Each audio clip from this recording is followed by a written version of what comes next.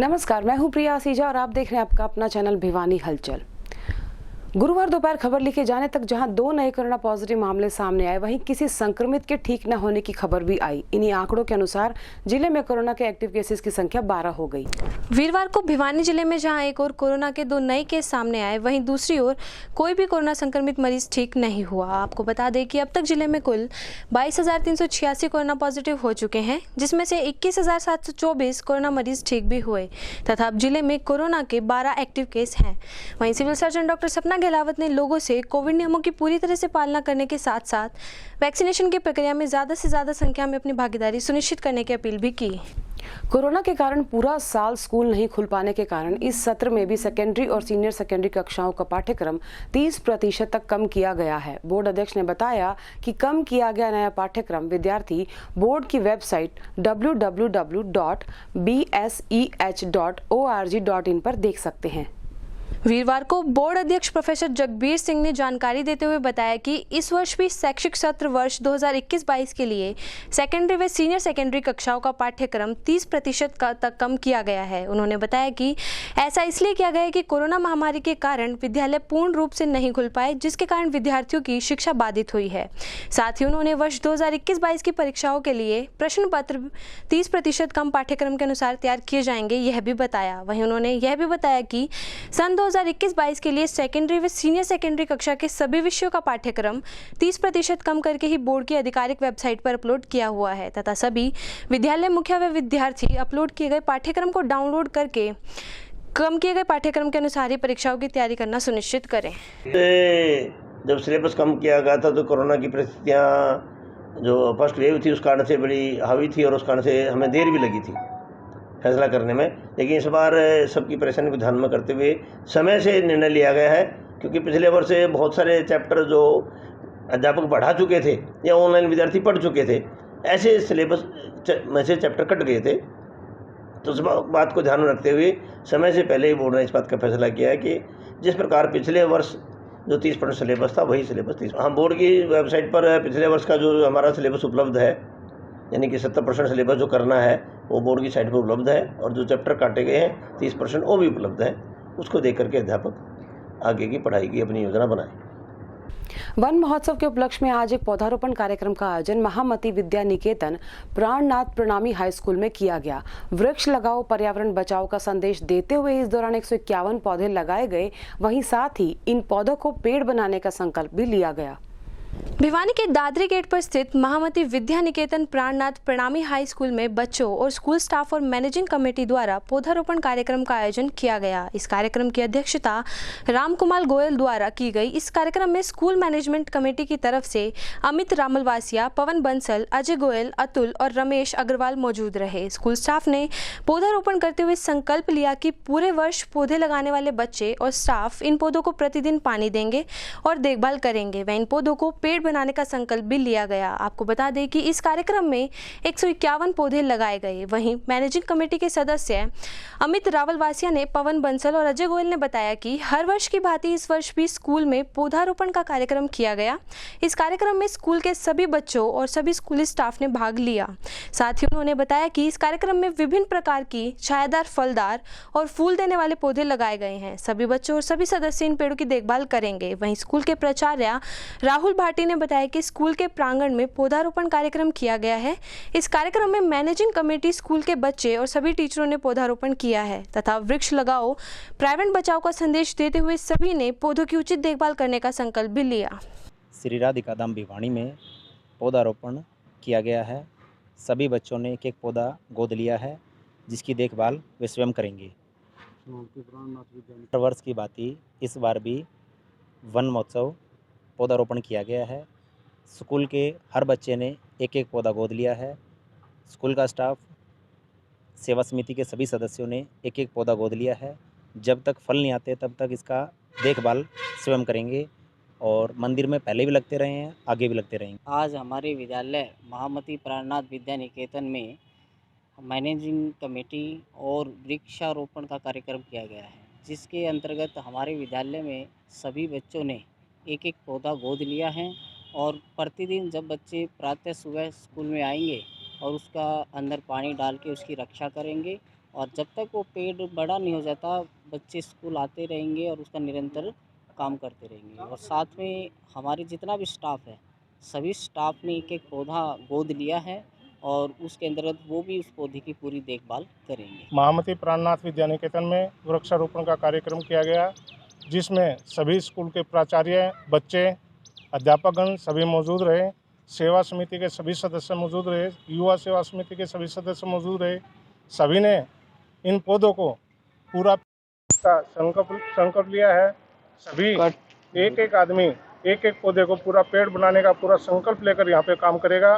पूरे विश्व में कोविड महामारी चल रही थी, उसी के तहत जैसे पिछले दिनों ऑक्सीजन की कमी रही, उसी को दूर करने के लिए पौधारोपण का कार्यक्रम किया गया है, जो पूरे भारतवर्ष नहीं पूरे विश्व में ऑक्सीजन की कमी को पूरा करेगा।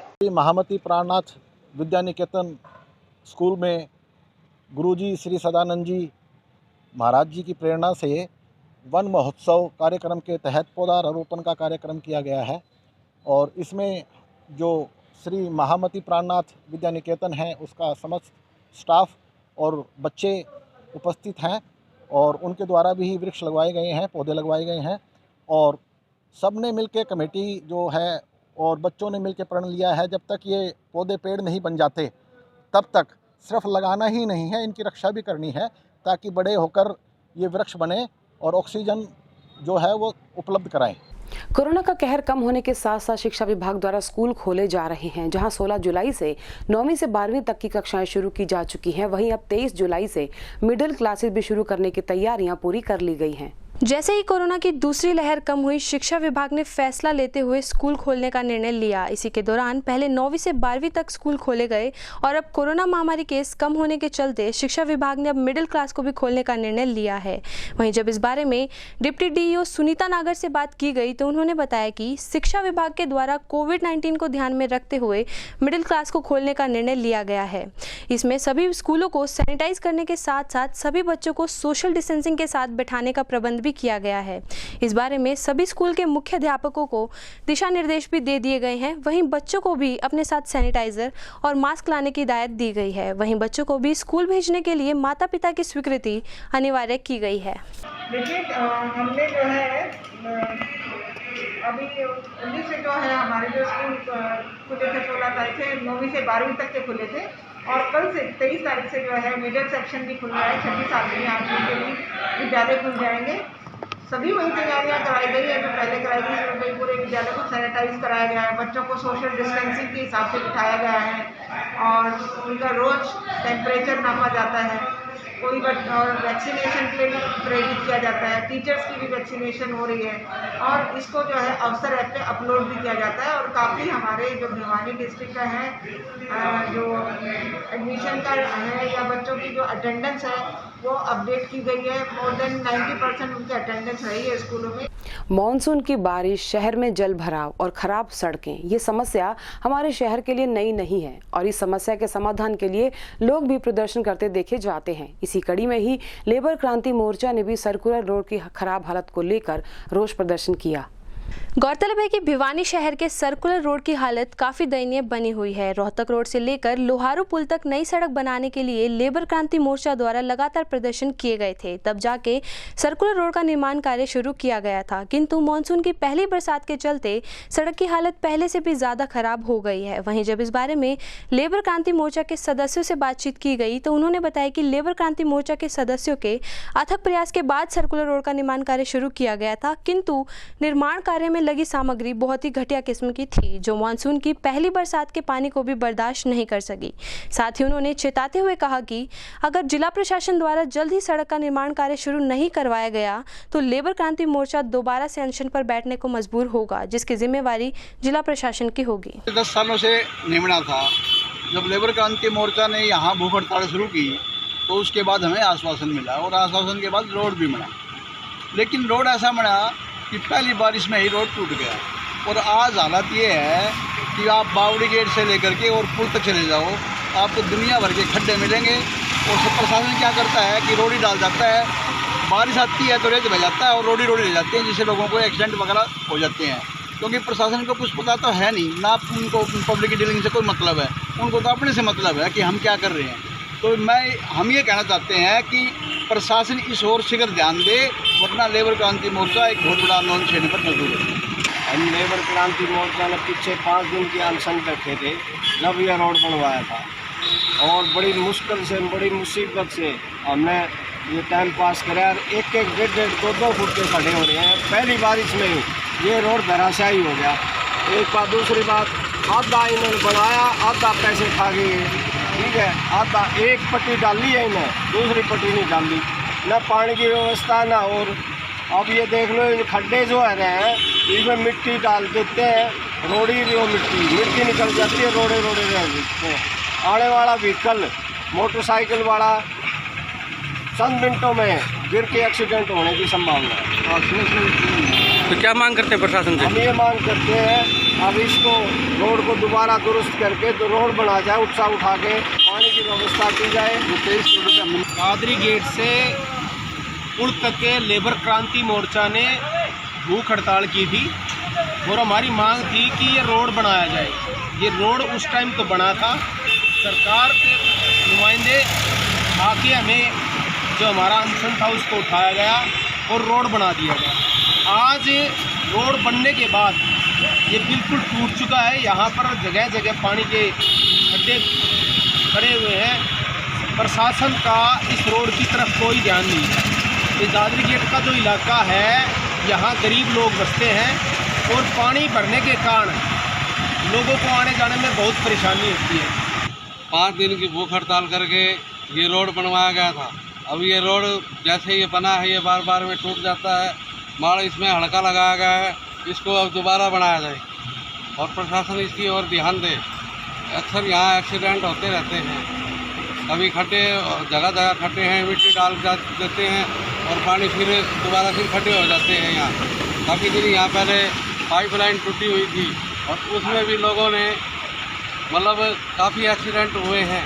बच्चों की छिपी प्रतिभाओं को निखारने के लिए अब शिक्षा विभाग सांस्कृतिक मॉडल स्कूल में ही आर्ट एंड कल्चर क्लब बनाएगा। इससे बच्चे स्कूल में ही पेंटिंग, अभिनय आदि कलाओं में खुलकर प्रदर्शन कर पाएगा और पढ़ाई के साथ साथ बच्चों का मनोरंजन भी होगा। शिक्षा निर्देशालय के आदेशानुसार इस सत्र में प्रदेश की 134 सांस्कृतिक मॉडल स्कूलों में बच्चों की छिपी प्रतिभा को निखारने के लिए कल्चरल एंड आर्ट के क्लब बनाए जाएंगे। इससे बच्चों के बौद्धिक विकास के साथ साथ बच्चों में छुपी प्रतिभा भी निखर कर सामने आएगी। वहीं जब इस बारे में जिला मौलिक शिक्षा अधिकारी संतोष नागर से बातचीत की गई तो उन्होंने बताया कि शिक्षा निर्देशालय के अनुसार इसी सत्र से प्रदेश के 134 सांस्कृतिक मॉडल स्कूलों में आर्ट एंड कल्चर क्लब बनाए जाएंगे, जिसमें बच्चे पेंटिंग, चित्रकला, नाटक, लघु नाटक व अपनी अन्य कला का खुलकर प्रदर्शन कर सकते हैं। इसमें बच्चे किसी भी प्रकार का रंगमंच तैयार कर सकते हैं। आपको बता दें कि क्लब के लिए शिक्षा निर्देशालय द्वारा 134 सांस्कृतिक मॉडल स्कूलों को 1,30,000 की राशि आवंटित की गई है। वे जल्द ही क्लब सांस्कृतिक स्कूलों में बनकर तैयार हो जाएंगे, जिससे बच्चों को पढ़ाई के साथ साथ मनोरंजन करने में भी सुविधा होगी। स्कूल जो है खुले हैं और उनमें बच्चों ने बड़े उत्साह के साथ दाखिला लिया और ये सरकार की बहुत ही अच्छी पहल है कि हमारे बच्चे जो हैं CBSE के तहत और सरकारी स्कूलों में पढ़ेंगे और इस स्कूल के अंदर सभी सुविधाएं हैं, जैसे कि बहुत बढ़िया सिलेक्टेड टीचर्स हैं, प्रिंसिपल्स हैं, अदर एक्टिविटी। और इसी में एक और जोड़ा है कि जो है हमारे जितने भी संस्कृति स्कूल हैं, राजकीय मॉडल संस्कृति स्कूल, उनमें पढ़ाई के साथ साथ कला का भी वो रहेगा, ड्राइंग, आर्ट एंड क्राफ्ट का, जिसमें कि बच्चों को ड्राइंग, पेंटिंग, कला ये सब सिखाई जाएंगी। और इसके साथ साथ जो भी बच्चे हैं उनकी प्रतिभा को निखारा जाएगा, छुपी प्रतिभा को। और इसके लिए जो है एक सांस्कृतिक क्लब, जो आर्ट एंड कल्चर क्लब एक रूप में हर एक स्कूलों में आर्ट एंड कल्चर क्लब बनाया जाएगा, जिसमें बच्चों की जो भी उनकी छुपी प्रतिभा है, ड्राइंग, पेंटिंग, वॉल पेंटिंग, इस तरह से। और इसके लिए जो है सरकार ने जो है उनके सर्वांगीण विकास के लिए जो भी चयनित स्कूल है, 135 स्कूल मॉडल संस्कृत स्कूलों का चयनित किया गया है। और इसके अंदर जो है क्लब बनाने के लिए सरकार ने 1,75,50,000 रुपये की राशि दी है। प्रति स्कूल 1,30,000 के हिसाब से दी जाएगी और 1,30,000 के अंदर जो है ये क्लब तैयार किया जाएगा और जिसके तहत बच्चों को आर्ट एंड क्राफ्ट की शिक्षा दी जाएगी। बच्चों के अंदर जो छिपी प्रतिभा उसको उभारा जाएगा और बच्चों के सर्वांगीण विकास। पराली जलाने से होने वाले नुकसान को देखते हुए प्रदेश सरकार द्वारा एक नई योजना शुरू की गई है। पराली जलाने से किसानों को रोकने के लिए सरकार ने पराली न जलाने वाले किसानों को प्रति एकड़ 1000 रुपए देने की महत्वपूर्ण घोषणा की है।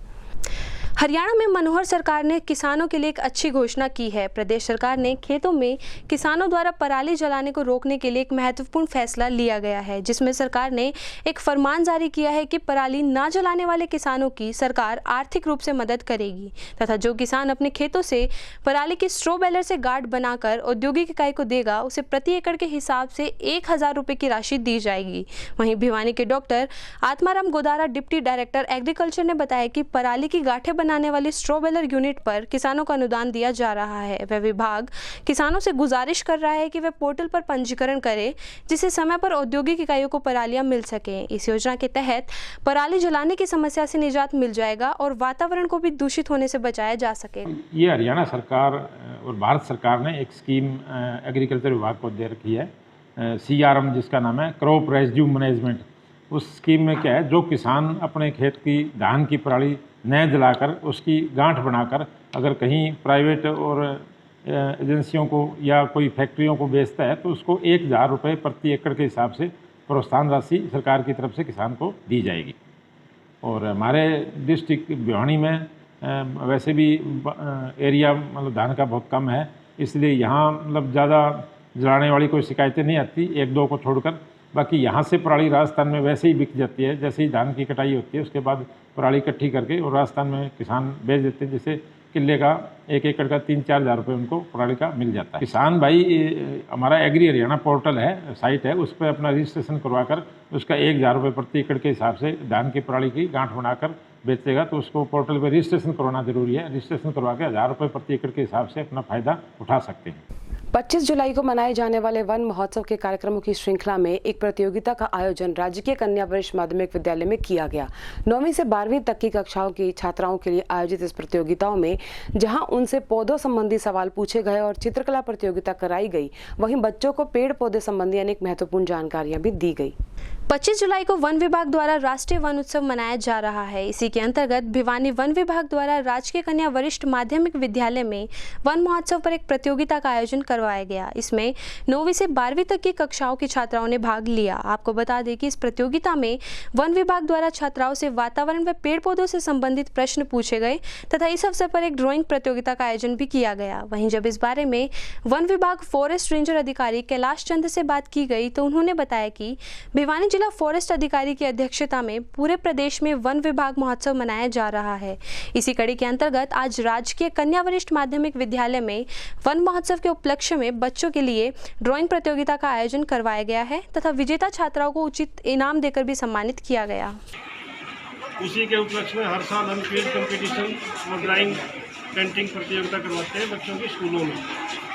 तो ये 9वीं से लेकर 12वीं तक तो क्विज कंपटीशन का प्रतिस्पर्धा थी यहाँ और 6वीं से 8वीं तक के ड्राइंग कंपटीशन बच्चों का है। और जो ड्राइंग कंपटीशन है उसमें ऑक्सीजन थीम दिया गया है कि ऑक्सीजन पार्क में क्या क्या पौधे होने चाहिए, किस तरह का डिज़ाइन होना चाहिए। और जो क्विज कंपटीशन है वो 1 घंटे की प्रतियोगिता है। उसमें 50 क्वेश्चन है, जो कुछ तो वाइल्ड लाइफ से रिलेटेड है, कुछ वन एवं पर्यावरण उससे है और कुछ बच्चों की जो जनरल नॉलेज है उसके आधार पर क्वेश्चन सेट किए गए हैं। हर साल ये प्रतियोगिता वन विभाग करता है। आज इस government girls senior secondary school में भी यही प्रतियोगिता का आयोजन किया जा रहा है और 25 तारीख को वन महोत्सव मनाया जा रहा है। उस उपलक्ष्य में ये जुलाई 2015 में अपनी पुत्र वधू की हत्या के बाद से फरार आरोपी को सोनीपत के मुरथल से गिरफ्तार कर लिया गया। 25,000 के इस इनामी आरोपी ने अनेक जगह बदलकर पुलिस से भागने का बहुत प्रयास किया, लेकिन आखिरकार 6 साल बाद ये हरियाणा एसटीएफ की पकड़ में आ ही गया। हरियाणा एसटीएफ भिवानी के 25,000 के इनामी बदमाश बजरंग को सोनीपत के मुरथल से गिरफ्तार कर लिया है। गौरतलब है कि बजरंग ने जुलाई 2015 में अपनी पुत्र वधू की कुल्हाड़ी से बड़ी बेरहमी और निर्मम हत्या कर दी थी, जिसके बाद वह फरार हो गया था। आपको बता दें कि फरार होने के बाद आरोपी द्वारा कई बार अपना स्थान बदला गया, पहले उत्तर प्रदेश, फिर राजस्थान तथा उसके बाद वह हरिद्वार में ही ट्रकों में क्लीनर या अन्य कार्य करने लगा। पिछले 6 वर्षों से आरोपी द्वारा पुलिस प्रशासन की आंखों में धूल झोंकी गई, किंतु 6 वर्ष बाद हरियाणा एसटीएफ ने बजरंग आरोपी को मुरथल से काबू कर लिया। कल रात को हमारी टीम ने 25,000 रुपये का मोस्ट वांटेड अपराधी है बजरंग, जो भिवानी का रहने वाला है, जिसने 2015 जुलाई में अपनी पुत्रवधू का उसके प्रति बदनीयत रखते हुए मर्डर कर दिया था, जिसमें ये मौके से ही फरार हो गया। और इसने वो जो मर्डर किया वो बड़ी बेरहमी से उसके शरीर को कुल्हाड़ी से छलनी करके तब उसकी सुनीता नाम था उसका, उसकी हत्या की थी। वहाँ से फरार हो गया। फरार होने के बाद जो है ना ये यूपी चला गया और राजस्थान में इसने ट्रकों पे कंडक्टरी की, कुछ दिहाड़ी मजदूरी की, हरिद्वार वगैरह में धर्मशाला में जो है ना ये रुकता रहा। और फिर उसने एक जो ट्रकों में और बड़े व्हीकल हैं उनमें जो ग्रीसिंग का काम होता है वो काम स्टार्ट कर दिया। कहाँ से गिरफ्तार? इन बिटवीन पुलिस इसके ऊपर हमेशा तभी से प्रयासरत रही क्योंकि ये काफ़ी जघन्य अपराध था। वही कुल्हाड़ियों के निर्मम हत्या जो है ना उसने इसकी कहाँ से गिरफ्तार? तो इसको हमने मुरथल एरिया से सोनीपत से गिरफ्तार किया। और इसी के साथ दीजिए हमारी पूरी टीम को इजाजत। बने रहिए भिवानी हलचल के साथ।